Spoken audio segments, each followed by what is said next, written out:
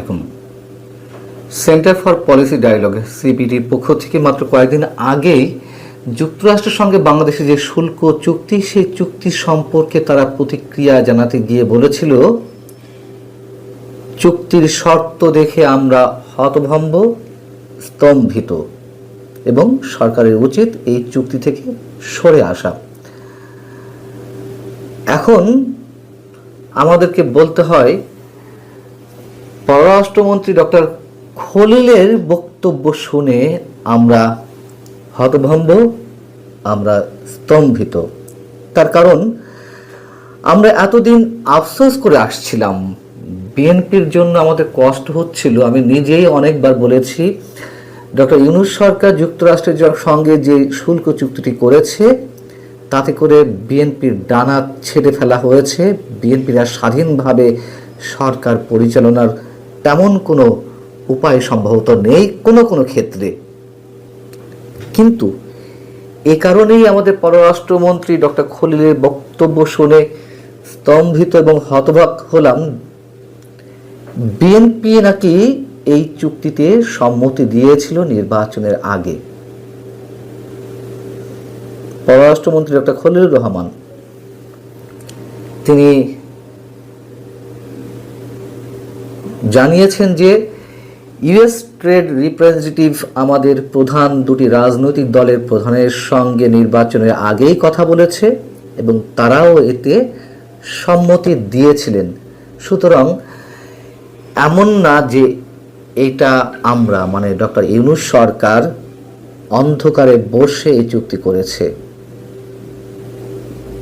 Doctor Khalilur Rahman তো এই BNP সরকারেরই বর্তমান পররাষ্ট্রমন্ত্রী, এই কথা বলছেন এবং আমাদের ধরে নিতে হবে এই কথা সত্য। তাহলে তার মানে কি দাঁড়ালো? ডক্টর ইউনূস, আমাদের বর্তমান প্রধানমন্ত্রী তারেক রহমান কিংবা জামাতের আমির ডক্টর শফিকুর রহমান, তারা সবাই মিলেমিশে দাসখতে সম্মতি দিল এবং এটি যে স্রেফ দাসখত, সেটা তো আমাদের মন্তব্য নয়। এটি তো গবেষণা প্রতিষ্ঠান সিপিডি থেকে শুরু করে আরো অনেক রাজনৈতিক দল, অনেক সংস্থা, অনেক অর্থনীতিবিদ এই মন্তব্যই করছেন। এবং এই চুক্তিকে কেন্দ্র করে অর্থনীতিবিদ ডক্টর আনু মোহাম্মদ বলেছিলেন, বিভিন্ন চুক্তি দেখে বা এই চুক্তি দেখে মনে হচ্ছে ডক্টর ইউনূস সরকারের উপদেষ্টারা বাংলাদেশ সরকারের উপদেষ্টা বা মন্ত্রী হিসেবে নয়, তারা কাজ করছে বিদেশি কোম্পানির লবিস্ট হিসেবে। এবং ডক্টর খলিলের বক্তব্য আমাদেরকে এই কারণেই গ্রহণ করতে হচ্ছে যে নির্বাচনের আগে কিন্তু বিএনপি এটি নিয়ে তেমন কোনো কথা বলেনি। শুরুর দিকে যখন 37% থেকে 20% শুল্ক কমিয়ে আনা হলো, তখন বিএনপি মন্তব্য করেছিল। কিন্তু ফাইনালি যখন 19% শুল্কের কারণে যে চুক্তিটি করা হলো, সেটি নিয়ে কোনো মন্তব্য করেনি। আমরা ধরে নিয়েছিলাম যে নির্বাচনের ডামাডোলে বিএনপি হয়তো আপাতত এই বিষয়ে কোনো কথা বলছে না, নির্বাচনটি আদায় করার জন্য বিএনপি একটু কৌশলী রাজনীতি করছে। কিন্তু আমাদেরকে চরম সত্যটি আজ জানতে হলো। ডক্টর খলিলুর রহমান যে কথাগুলো বলছেন, তার মধ্যে এও বলছেন যে এই চুক্তি পাঠে আমাদের একটা বিভ্রান্তি আছে। শুধু বাংলাদেশের যে এগ্রিমেন্ট সেটা দেখলে চলবে না, পাশাপাশি আপনি দেখবেন ভিয়েতনাম, কম্বোডিয়া, মালয়েশিয়া, অন্যান্য দেশগুলো কি কি দিয়েছে আর তারা কি কি পেয়েছে। এই ল্যাঙ্গুয়েজ কম্পেয়ার করে দেখলে দেখবেন যে মোটামুটি ইউনিফর্ম ল্যাঙ্গুয়েজ সব জায়গাতেই এক আছে। সব জায়গাতে এক থাকুক না থাকুক, তা দিয়ে আমাদের কি প্রয়োজন? ভিয়েতনাম যেই টাকা দিয়ে সুতা, মানে যে অর্থ দিয়ে সুতা কিংবা তুলা কিনে তারা গার্মেন্টস পণ্য তৈরি করে রপ্তানি করবে, আমরা কি সেই মূল্যে রপ্তানি করতে পারবো? আমাদের গার্মেন্টস পণ্য বা গার্মেন্টস পণ্যের বাজার টিকে থাকতে পারবে? বাংলাদেশ কেন প্রতিযোগিতা করে টিকে আছে এখনো পর্যন্ত? আমাদের শ্রমমান সস্তা, শ্রমমূল্য, আমরা কম মূল্যে সবকিছু মিলিয়ে পণ্য উৎপাদন করতে পারছি এবং যুক্তরাষ্ট্রের মতো জায়গায় বছরে প্রায় $10 বিলিয়ন পণ্য আমরা রপ্তানি করছি, করে টিকে আছি শুধুমাত্র সবকিছু মিলিয়ে উৎপাদন মূল্য কম পড়ে এই কারণেই তো। ভিয়েতনাম বা অন্য অন্য রাষ্ট্রের সাথে তুলনা দিয়ে তো লাভ নেই, তারা তাদেরটা বুঝতে পারছে বা বুঝবে, আমরা কেন অন্যদের সাথে তুলনা করে এই জায়গাটাতে আমরা সান্ত্বনা পাওয়ার চেষ্টা করব। মিস্টার খলিলুর রহমানের এই বক্তব্যের আগেই সিপিডি যে সংবাদ সম্মেলনটি করেছিল সেখানে তাদের বক্তব্য ছিল এরকম যে অন্তর্বর্তী সরকারের শেষ সময়ে যুক্তরাষ্ট্রের করা চুক্তিটি চরম বৈষম্যমূলক এবং এই ধরনের একটি চুক্তি কিভাবে একটা অনির্বাচিত সরকার করতে পারল বা এই দায় কিভাবে একটি নির্বাচিত সরকারের কাঁধে দিতে পারল তা বোধগম্য নয়। এখন সম্ভবত আমাদের বোধগম্যতার মধ্যে এসেছে। জেনে শুনে বিএনপি বিষ পান করেছে নাকি যে কোনো মূল্যে ক্ষমতায় আসতে হবে, জামায়াতও ঠিক একই পথ অবলম্বন করছিল, সেই প্রশ্নগুলো এখন আমাদের সামনে আসাটা খুবই যৌক্তিক।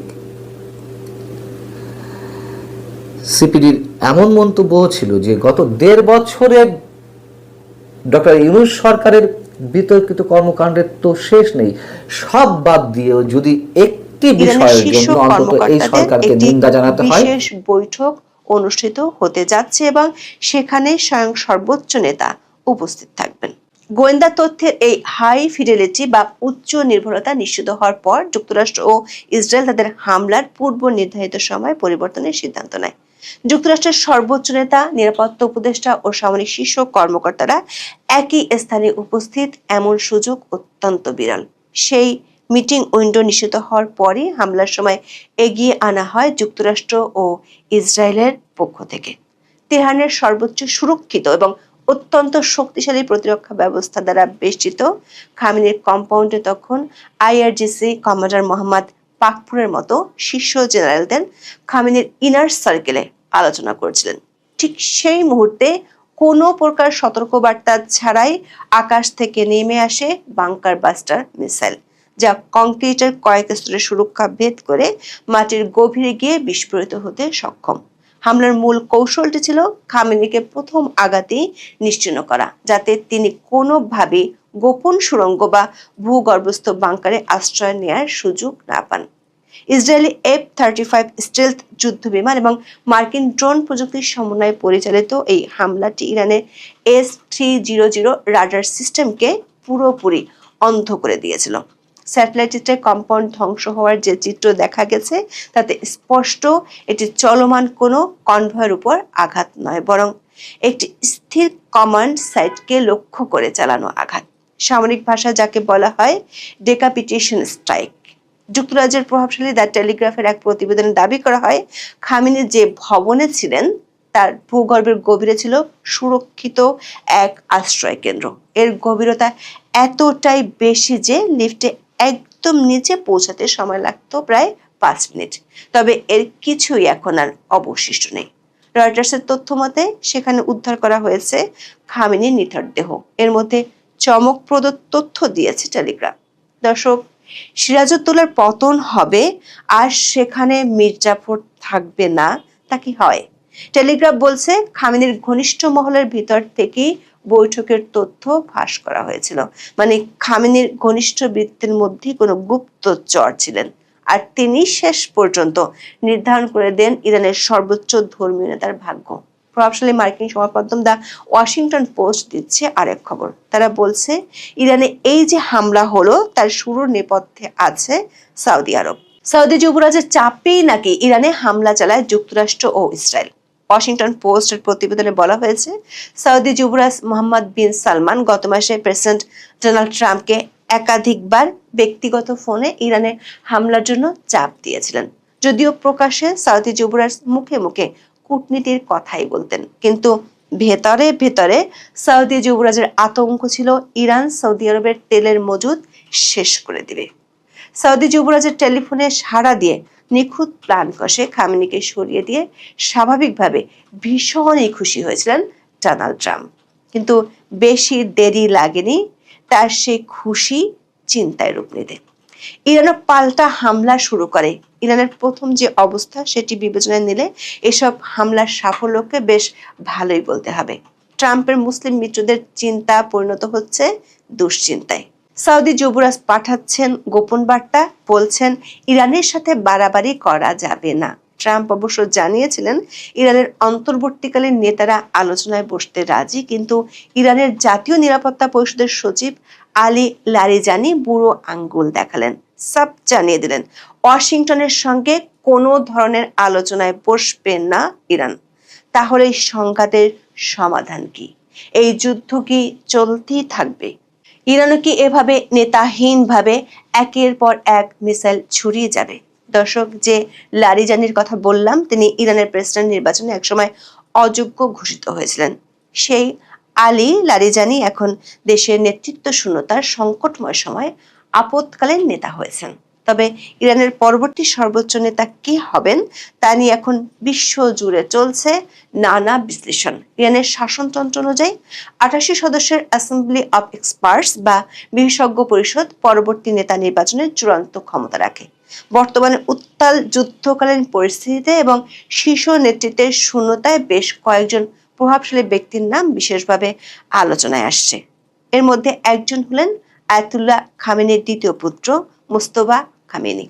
দীর্ঘদিন ধরে পর্দার আড়ালে থেকে ইরানের শক্তিশালী গোয়েন্দা সংস্থা এবং রেভলিউশনারি গার্ডসের উপর ব্যাপক প্রভাব বিস্তার করে আছেন।